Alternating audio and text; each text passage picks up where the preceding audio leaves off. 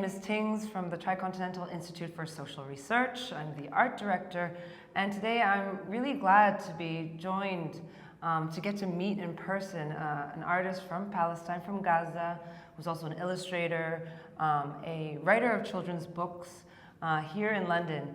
And most importantly, I think it's nice to meet on this day, and a symbolic day to meet because it's March 2nd, the Global Day of Action for Solidarity with Palestine.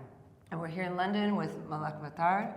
I hope that this conversation to share a little bit about your work and the situation also in Gaza. So thank you for joining us. Thank you for having me. Yeah. So I think we have this artwork behind us. It's a really important piece of artwork that you've done, which is called The Last Breath, something you've been working on for the last 2 months or so. In this moment right now, we're about 3 months or over 3 months since October 7th, since the atrocities began by the Israeli government in Palestine. Right now the situation is that we have over 30,000 Palestinians that have been killed, over 70,000 people that have been injured, and the numbers keep increasing. And one of the things is we're seeing a huge lack of leadership, really, by so many of the governments, especially here in the global north and the centers of capital like in the UK, really responding to that. So I guess before we get into all of that, I think if you can share with us a little bit about when you started painting. Yeah, a long time ago. I was 14 years old, and I really had a very interesting upbringing in the Gaza Strip. I was raised in a household that really appreciated and loved and spoke about art in its different genres. So I have an uncle who's an art professor, who's such a creative person, who always created from destruction, who always found inspiration despite of the continuous bombardments and oppression on the Gaza Strip. I grew up with posters from Van Gogh, The Flowers. So I see it in the National Gallery, and it reminds me so much of my childhood. So yeah, art was part of my upbringing, especially in my grandparents' house in the Northern Strip, which is now has been flattened. So as the work of my uncle, his name is Muhammad Musallam.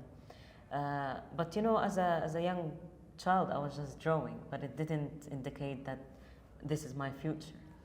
But it was not till the 2014, it was in fact the third Israeli assault I witnessed. And it was quite long, it was 52 days. And this was a time where it felt really like 52 years. So the fact that this genocide is entering its 5th month, it's, you know, unbelievable, because we thought 52 days in 2014 was beyond the limit and capacity of what a human could endure. So after seeing my neighbor being, you know, her house was bombed, and, you know, a few minutes after the sky cleared because our house was filled with dust and glasses, we saw how she was retrieved from the rubble in such a horrific scene. Like her hair, how it looked really like dusty, what she was wearing, how her husband, he was mourning. So seeing the scene, it felt how close the final moments are. So art for me was a way like of self-expression. I just got the papers and started using pencils to do some, to get discharging these negative thoughts and you know, feelings of losing life. Because at times of wars, you don't really have the luxury to speak, who to speak, because you know, you always grow up with the idea that parents can protect you, but then the parents fail to protect you. Then you look for alternatives, and art for me was the alternative. 10 years ago, art was helpful, but now it's making me feel worse. It's making me feel worse because it's not, now it became beyond only self-expression, but it's a way of documenting and recording, because we cannot forget and we cannot forgive. And it's important to not let the news happen and we just consume them and we forget, because there is always something more horrific, something that deserves our attention more than the smaller what we think smaller is. So. And I mean, I think you're reminding us, many of us, perhaps even a younger generation, October 7th sort of opened their eyes and actually politicized quite a lot of people, including here in London. We saw those images of 1 million people taking to the streets, which from everything that I understood is the largest pro-Palestine protest in the history of the UK. Millions of people today are marching around the world. But you're reminding us that it didn't start on October 7th. And it didn't even start in 2014. It started with the Nakba, the catastrophe in 1948. So in a way, this is a kind of cyclical history, and part of your work is now to document that, that history. So maybe you can talk about, for you, I guess, in this moment, since October 7th, and this new work that you created, what was it that you were feeling? What was it that, brought you to, make this huge mural? Well, I was in Gaza till the 5th of October, 2023, because I wanted to enroll at St. Martin's, and I should have been here in September, but the borders were closed, so I couldn't leave and be on time, so I kept waiting, and every time I go, they send me back. So just to reckon on what you said, it did not start at 7th of October, because when people think of traveling as just booking your flight, for us, like, the booking of the flight is the very final, because you have to go through so much arrangement. You have to pay bribes. You have to go through a lot of struggles, and sometimes people die waiting for permission and they never get it. Some students, loses their opportunities because they cannot leave on time. So when we speak about the Gaza being a prison, it's tormenting. So it cannot be just like Gaza is a prison. No, it's a huge matter that needs to be spoken about, because 2.3 million people are put in a prison. And that's why I did the first series of birds. It's also, black.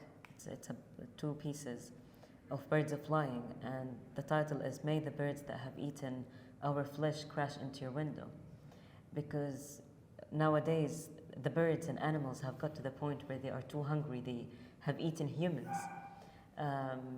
But in the same way, I saw it metaphorically, as these birds have finally liberated the bodies of Palestinians.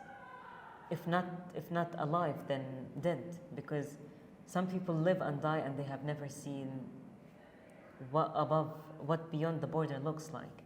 So, and my work before the 7th of October really was about that, was about what life is about in the Gaza Strip. What is the Great March of Return? Razan Najjar, who was a medic, who was killed. So it was people, it was themes, it was just autobiographical series of work, very colorful. Despite of the themes, they were just very colorful. But after I just started, and in October, November, I couldn't do anything. I was paralyzed, and I was like, there's no point in anything. I'm too paralyzed, thinking about my family who are still in the Gaza Strip, who are facing death every single day, who see bodies getting recovered every single day. But then I started doing drawings, and suddenly I had this idea, it's like, I want to do one piece that says it all. I just cannot do drawings and have some moments of interruption and do something else. I want to do just one. And I was like, it was a large scale. It's 4.5 in width, and the height is over 2 meters. And one thing I was very sure about is the horse in the middle. I didn't know anything about this painting, except there is definitely going to be a horse and a man on the heart of the painting, which depicts, personally, I would say, the most horrific since 1948, which is the mass displacement of 1.7 million people. It's even more now, because people in the north who've been resilient for 5 months are evacuating to the south because they are starving. And one of these people who evacuated are my family, who evacuated 6 times, several places in the north, and then they landed in the southern part of the strip. So it's all black and white. And when I did the horse was much smaller than this. And then I enlarged it several times till it became this big, which is almost like my size. So this, for me, is the most important element of the painting because it depicts the experience and the agony of displacement to the unknown. Because all the Palestinians in the northern strip of Gaza were under the military force. They were pushed to the southern part of Gaza, which is, if you know the size of Gaza, it's too tiny, 365 kilometers. And it's the most dense place in the world. So when you ask over 1,700,000 people to go all the way to the south, you can imagine the amount of the crowd population in the south. So as you see, this is a child who is leading the horse, and the horse, as you see, is very powerful, but still managing to hold the entire furniture of a house. If you look, this is a blanket, this is a mattress. These are mattresses with the patterns of the Middle Eastern patterns. This is bottle, this is the chair, this is what our chair looked like. And then these are blankets. And if you look at the top, this is a corpse of a human, of a baby. Because the horse and the donkeys and animals started doing a function that is not how it was before. So it started carrying the corpses and the bodies of the injured people because the ambulances were targeted all the time. And last month, they said there's only 6 functioning ambulances serving 2.3 million. Because now people start, if they see a horse, they put a corpse on it, or they put the injured person. And it could be even more safe to go to the hospital by a horse than an ambulance. And what does the horse symbolize for you? Gaza, it's power, it's resilience, it's love of life. I never thought of Gaza as a weak or as a hopeless place because, I was always myself fascinated because I've witnessed all the Israeli aggressions on Gaza till the 2022. And for me, it was like beyond my belief how people after the ceasefire, they go back to their work, they go back to their stores, even if there was like special occasions that were not celebrated because of the attack. People would wait for the ceasefire and postpone the celebrations after. So I saw young children wearing clothes and their new clothes for Eid, which is a Muslim celebration. So for me, the resilience and the moving on was always something I saw fascinating, and that what makes me proud to be from Gaza is the resilience. But for now, I do think it's not time for celebration, it's not time for hope, it's not time. If I go and tell people there is hope, I'll be lying, and I don't want to lie. This time is for grieving, this time is for each one to do an action, and the most important thing is to keep the spirits up. So I think you were talking about action. I think that's an important point. Obviously, when you look at the mural, there's a clear reference to Picasso's Guernica, or people think about that, which was, we could say, an anti-war message when Picasso chose to make this painting to memorialize the Italian fascists and the Nazi bombings of that Spanish town. Yeah. And it was also an anti-war message. It was a message for the Spanish Pavilion at the International Exhibition in Paris in 1937. So for you, what is that inspiration for you? Is there some message also that you're trying to convey? Yeah. Like my personal journey as an artist is now becoming about liberation. And what I mean by this is liberation from Western reference. Because, growing up, as I said, I grew up with Van Gogh and Picasso and Freda and all these Western names, and I came to the point where, as a Palestinian, I want to do it my own way. So, visually speaking, the painting doesn't have reference to Guernica. Like people, if we put the two, you cannot find similarity except conceptually, a black and white painting is Guernica in history. But I do feel like it's time that we really speak about not only the struggle and the pain and the displacement and the starvation that is happening in the past 5 months, But for me, this painting is more about personal journey as a child who is a product of war. You know, all of this painting is my life. The blanket on the center with the horse, all the furniture is my furniture. The people are my people. So it's not a commission where I have to do something. No, it's something I lived in my unconscious as well. So yeah, this painting is a personal attack to everybody who looks at it. So this is probably the most horrific scene which many of the visitors have avoided looking at, which is, you know, a micro scene of what happens when a house is bombed. And it's not really a life that has been cut, it's a life that has been fractured. As you see, there's a child stuck. It's Ronaldo wearing the shirt of the football player. There's a girl who's killed and they are trying to rescue her. There is also this child has been shared in the Israeli propaganda as a doll. She's not a human. And this is what they actually do. They accuse Palestinians of using dolls, of using all these fake stories. But there's raw images and raw footages of thousands of Palestinians who are killed and they are corpses. For me, the hardest part is painting the feet because it comes with a lot of uncertainty. When I painted them, there's a question, who are these feet for? A woman, a man, a child? Are they alive? Are they waiting for somebody to help, but they couldn't? Are they killed? Yeah, I mean, I think the word liberation is a really strong word because, of course, I think those of us who come from, you know, the former colonized or currently colonized world, we know that this project of liberation and fighting for our nations, many wars, many very brave and courageous, including China, where I come from, in the history of that revolutionary process against Japanese occupation, etc.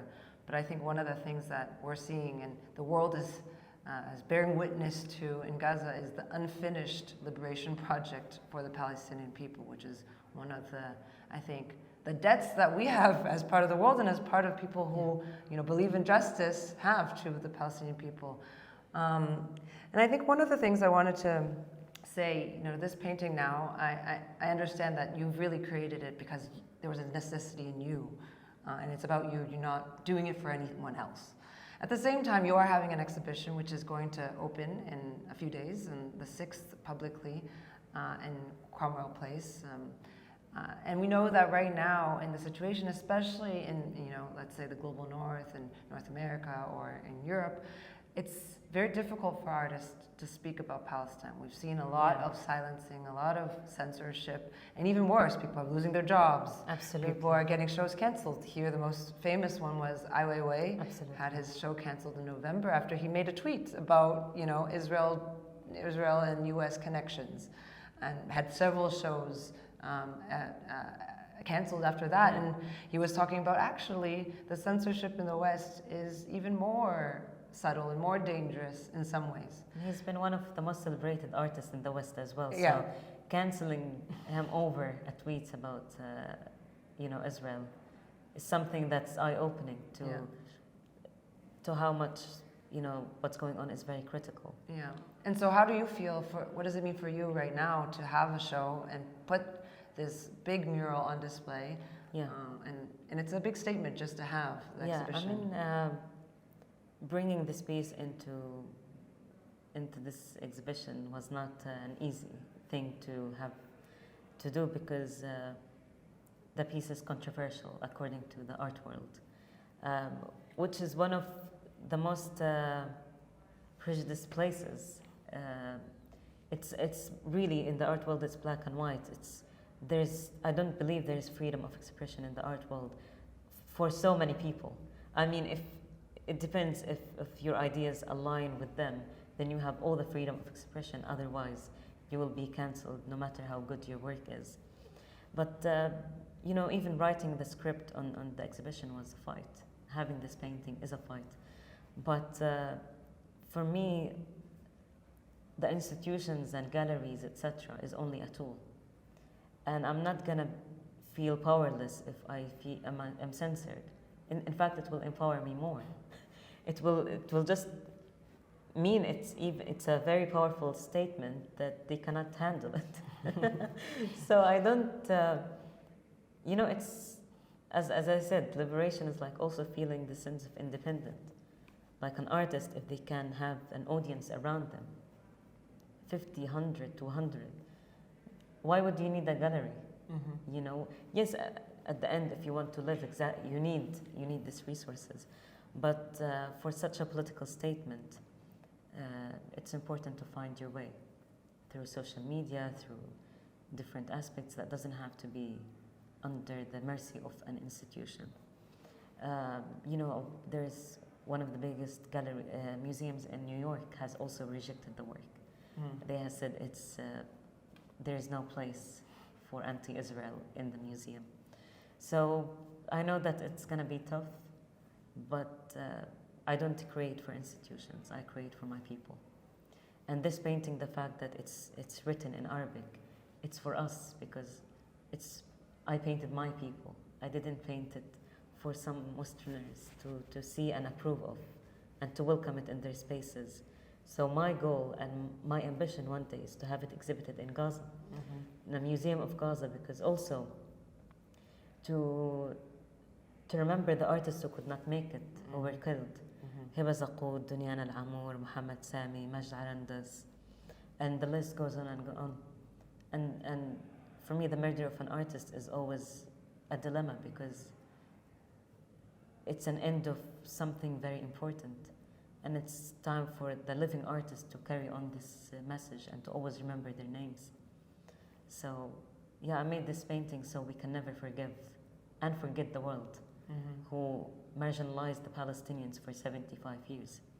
I, in fact, have a painting of a woman pointing her finger on the viewer, and it's saying, "We don't want you." And the people would relate to it because it's Uncle Sam and the British Army, etc. But yeah, it's just there's so much rage against the world, and I'm very comfortable telling this to anybody. I mean, I think it's important you raised and you said that the exhibition is only a tool. It's not the ends. It's not to satisfy an institution. It's not the ends or a market or whatever it might be. And I think back, to the history of lots of liberation struggle, including the Palestinian struggle, the idea of exhibition has been very powerful. Yeah. So I'm thinking back to 1978 when the Palestine Liberation Organization, PLO, organized in Beirut in Lebanon the International Exhibition for Palestine. And at that time it was to call for solidarity through artists around the world, progressive artists, including Joe Miro from Spain to Roberto Mata, who was from Chile, big supporter of the Allende government, the progressive government of Allende. And together the idea was that these works donated and in that exhibition would one day be, let's say, repatriated to Palestine as the future national gallery of the country, as a future museum for people who are still in exile. So it became idea of a museum in exile.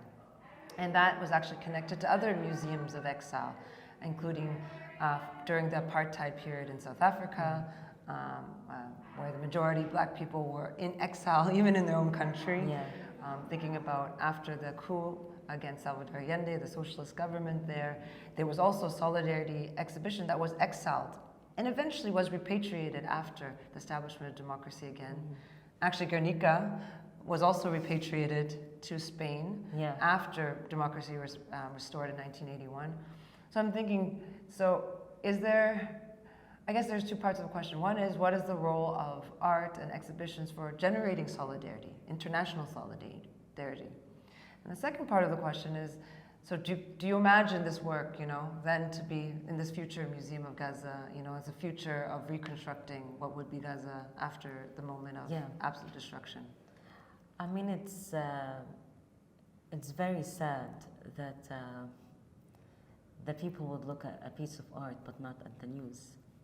It's like they see our art but they don't see us. And I do feel art is very powerful because it really addresses the humanity of every viewer. Because the reason why people go to museum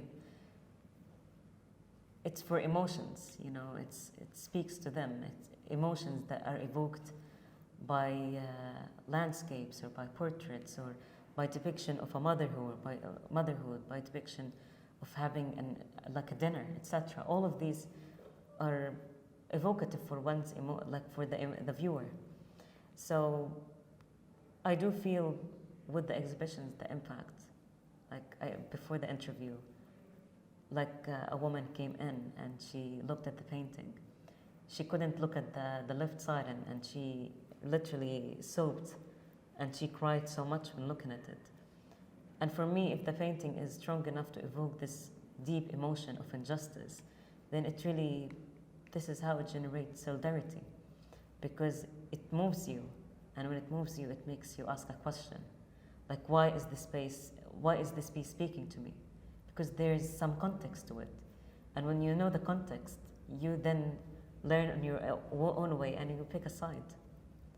And a lot of what I've seen is people picking the side of humanity and the side of the oppressed who've never seen a life. And you know, living especially in London, people are drawn to the visual art. For them it's more interesting than in the newspaper. But painting is such a strong medium, and I've seen it throughout the shows, etc. How people really have conversations over a piece of art that a news report will not evoke. So the message is like, if you decide to look away, but you still look at the painting, then this is the people. I'm painting the people. I'm painting the architecture. I'm painting the animals that we live with and we depend on and we have deep connection to. I paint the history. And it's all through one painting. And I found, and I'm grateful that I have this medium to work with. I think one of the things that this painting is forces a viewer to actually look into the eyes of Palestinian people, Palestinian history, the land, the animals, all that connection that you've seen, in the way that I think a lot of people can easily do when they look at their cell phones, on their Twitter feed, on their Instagram, and just turn it off and just go back to dinner and everything is the same. Yeah. You know, there's some, maybe that will sound horrible, but I want the viewer to suffer a little bit, because I suffered so much. So they can taste a little bit of the suffering, because this is solidarity. You feel the pain of people, and you also feel the very human feeling of what is it like to see, for example, the flower massacres of starved people going to pick flowers, and while they are holding the flowers, the sniper shoots their fingers. We suffered so much hearing this and seeing this. So somebody who is having a beautiful day needs to also feel what's going on. So somehow I want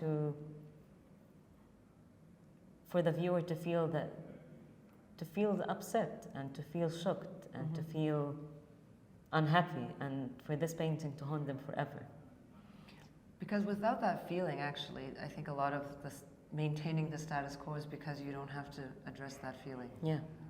And that's why, you know, the world can watch and into the 5th month, as you said, and continue. And there's a lot of spinelessness that we've seen amongst a lot of governments. I think some governments have taken some much more brave actions. We have South Africa, obviously, and have a long history of anti-apartheid struggle that identify for decades with the struggle for Palestinian liberation, have taken the case to the ICJ. Many countries, mostly of the global south, have also taken stance, but in terms of who really dictates, you know, the military of the world, let's say, they haven't taken any action on that. Yeah. The world has failed miserably. And I think whoever hears these words, you failed. And especially for me, it was ridiculous seeing people celebrate normal days, because how can you? You failed. Like, humanity failed. And the strongest, all this support, etc., it failed to end the ceasefire. For a ceasefire to happen, so it's a failure. And now, a lot of the people that I know have lost faith in humanity. And that's why I don't want to give hope to anybody. No, you give me hope. Like, for God's sake. I've been, out of the trauma of assaults and aggressions and seeing people scattered their organs, etc. I still went to my studio. I did the most colorful and the most beautiful pieces. And I always called for hope, and I always called for resilience. But now I'm at this point was like, you have hope, enough of hope. You now have to do something for my own cause, which is the most just cause in the entire world, the Palestinian cause, as Ghassan Kanafani said. And it's also the moral perimeter. So I do see that the world has failed miserably, and I do not believe that humanity exists. So if the world wants to prove it wrong, please, go ahead. Now is the time. I want to thank you for taking time with us to share. I think it's a kind of you're giving us, I think, a call to action. You're not giving us a message of hope to say everything will be okay. Yeah. It's actually a call to action. Yes, and whoever took action, it's not enough. I'm sorry. Protesting every week, emailing, sharing, it's like, it's not enough. Do more. If you want to change something, you need to work harder. So if people are doing something, thank you, but I'm sorry, this is not enough, because after 5 months, nothing happened. And we're angry because when you feel like it's happening and the world is closing their ears and closing their eyes, it's living could suffer alone, living could starve alone. There is this big sense of rage. And I'm not gonna thank anybody.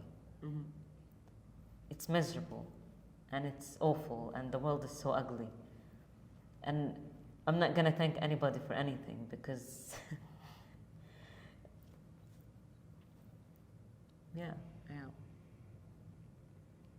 I mean, I think one of the last things I want to say is that making this painting and put in the institution, as much as it's not for institution's sake, is a really brave and bold work, because I think a lot of artistic institutions, I think even talking to friends who are in Palestine, perhaps in the West Bank, there is a push towards depoliticization of art. Yeah. Of not focusing, making art the so-called art for art's sake, or depoliticizing or just the human. Yeah, or the individual story. It's not a humanitarian cause. Yes. It's the most political cause ever.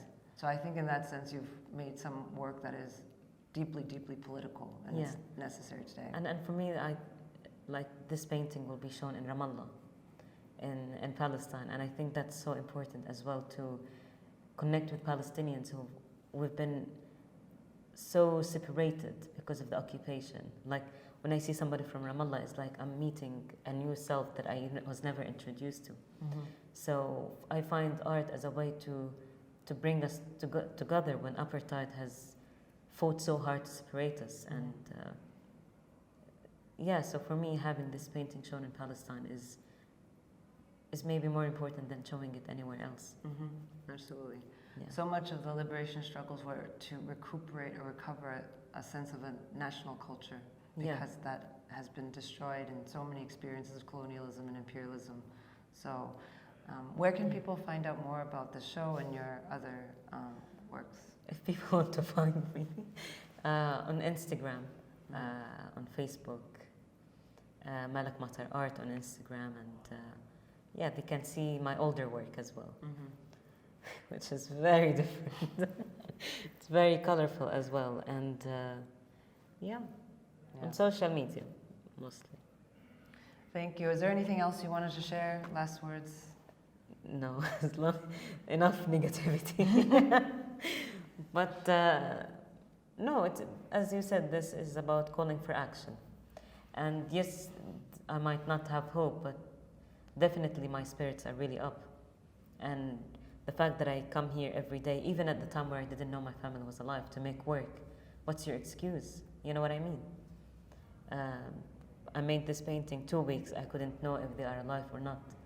But there is a mission, which is very big and important, which is documentation of what's going on.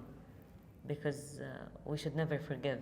Even if the ceasefire happened and it's finished, I think we should keep talking about it, because what happened is one of the most horrific genocides in the recent history. Like the fact of the erasure of hospitals, the erasure of schools and all the universities, erasure of the archive and the churches and all the mosques. You know, the level of hostility is beyond belief. I lived through this all, but sometimes I stand in disbelief. How could a country have this impunity? How could a country have this green light to never have a single bit of fear to stop doing what it's doing? So the world has given the impunity. The world has given the green light. And it's now that the world gives it the red light. It's like, you cannot really do this, but we just need to keep pushing. Yeah. So with that, I think this is the end of at least our in-person conversation.